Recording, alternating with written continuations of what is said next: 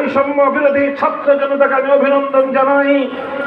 তারা শুধুমাত্র গণ অভ্যুত্থান অর্জিত হওয়ার পরেই, গণ অভ্যুত্থান সংগঠিত হওয়ার মাধ্যমেই তারা তাদের দায়িত্ব ক্ষান্ত করেনি, বরং নতুন অভ্যুত্থানকে ব্যর্থ করার জন্য জাতীয় এবং আন্তর্জাতিক পর্যায়ে দেশের ভিতরে বাইরে যত ষড়যন্ত্র চলছে সেই ষড়যন্ত্রগুলোকে মোকাবেলা করবার জন্য বৈষম্য বিরোধী ছাত্র আন্দোলনের নেতৃবৃন্দ তারা সতর্ক প্রহরার মাধ্যমে অনেকগুলো ষড়যন্ত্রকে তারা ব্যর্থ করে দিয়েছে।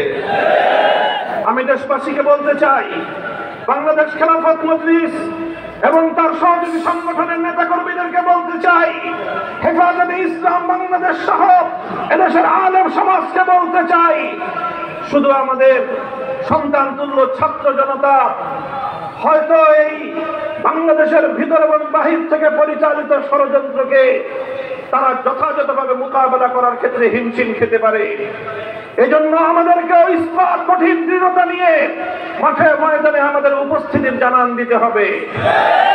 এই বাংলাদেশ আর কখনো ভারতের করদলগত হবে না। এই বাংলাদেশকে ভারতের অঙ্গরাজ্য বানাবার স্বপ্ন পূরণ হবে না। কট্টরপন্থী হিন্দুত্ববাদের আখড়া বাংলাদেশে পরিণত করতে দেওয়া হবে না। বাংলাদেশ একটি উদার মুসলিম রাষ্ট্র।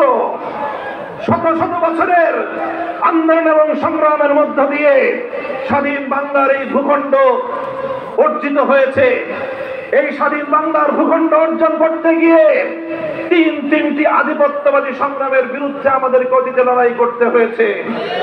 1971 সালে স্বৈরাচারী পশ্চিম পাকিস্তানিদের বিরুদ্ধে লড়তে হয়েছে। তার আগে বঙ্গভঙ্গের মাধ্যমে সেই কলকাতার দাদাবাবুদের বিরুদ্ধে, রবীন্দ্রনাথ ঠাকুরদের বিরুদ্ধে এদেশের মুসলিম জনতাদেরকে সংগ্রাম করতে হয়েছে। তার পূর্বে ব্রিটিশ বেনিয়াদের সাম্রাজ্যবাদের বিরুদ্ধে লড়াই করার পর স্বাধীন বাংলাদেশের মাটি মুক্ত হয়েছে। কাজেই আমাদেরকে সেই সংগ্রামের ধারা অব্যাহত রাখতে হবে।